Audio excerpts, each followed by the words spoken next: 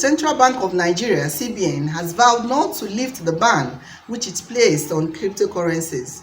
In a statement issued on Sunday, February 7, 2021, the Apex Bank explained that its circular of February 5, 2021 to banks did not place any new restrictions on cryptocurrencies, given that all banks in the country had earlier been forbidden through CBN's circular dated January 12, 2017, not to hold, use, trade, and/or transact in cryptocurrencies. Indeed, this position was reiterated in another CBN press release dated February 27, 2018.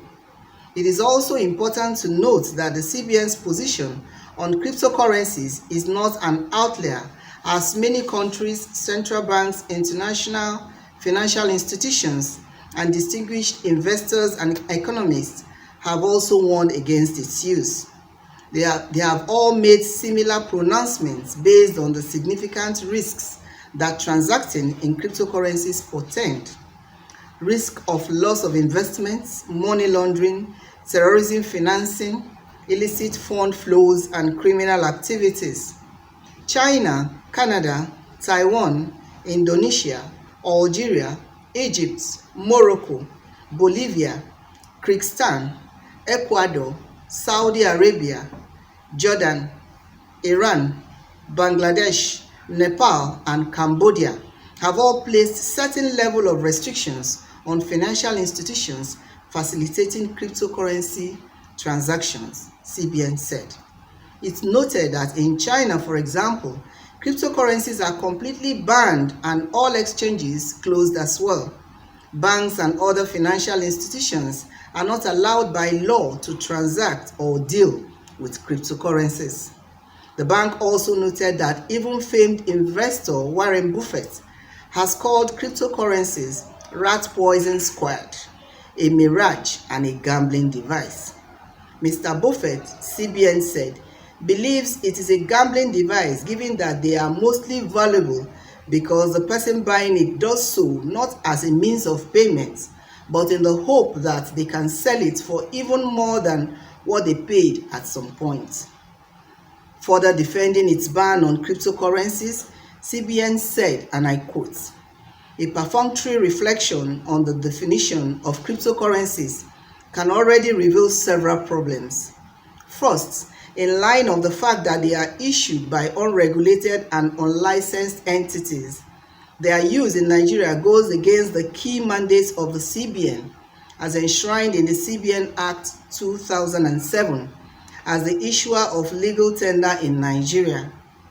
In effect, the use of cryptocurrencies in Nigeria are a direct contravention of existing law. It is also important to highlight that there is a critical difference between a central bank issued digital currency and cryptocurrencies. As the name implies, while central banks can issue digital currencies, cryptocurrencies are issued by unknown and unregulated entities. Second, the very name and nature of cryptocurrencies suggests that its patrons and users value anonymity, obscurity, and concealment. The question that one may need to ask therefore is, why any entity would disguise its transactions if they were legal? It is on the basis of this opacity that cryptocurrencies have become well suited for conducting many illegal activities, including money laundering, terrorism financing, purchase of small arms and light weapons, and tax evasion.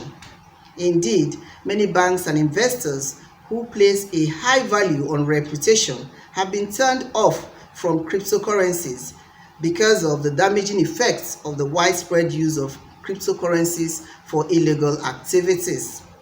In fact, the role of cryptocurrencies in the purchase of hard and illegal drugs on the darknet website called Silk Road is well known. There have also been recent reports that cryptocurrencies have been used to finance terror plots, further damaging its image as a legitimate means of exchange. More also, repeated and recent evidence now suggests that some cryptocurrencies have become more widely used as speculative assets rather than as means of payment. thus explaining the significant volatility and variability in their prices. Because the total number of bitcoins that will ever be issued is fixed, only 21 million will ever be created. New issuances are predetermined at a gradually decelerating pace. This limited supply has created a perverse incentive that encourages users to stockpile them in the hope that their prices rise. Unfortunately, with a conglomeration of disparate and unregulated actors comes unprecedented price volatility that have threatened many sophisticated financial systems. In fact, the price of Ether, one of the largest cryptocurrencies in the world, fell from $320 to $0.10 in June 2017. The price of Bitcoins has also suffered similar volatilities. Given that unlike fiat money, which accompanied by full faith and comfort of a country or central bank, cryptocurrencies do not have any intrinsic value and do not generate returns by themselves. When one buys a stock, say of a conglomerate in the Nigerian Stock Exchange, its price reflects the activity and production of that conglomerate and the value people place on their goods or services. This price may rise as the conglomerate produces better goods and services and probably gains greater market share.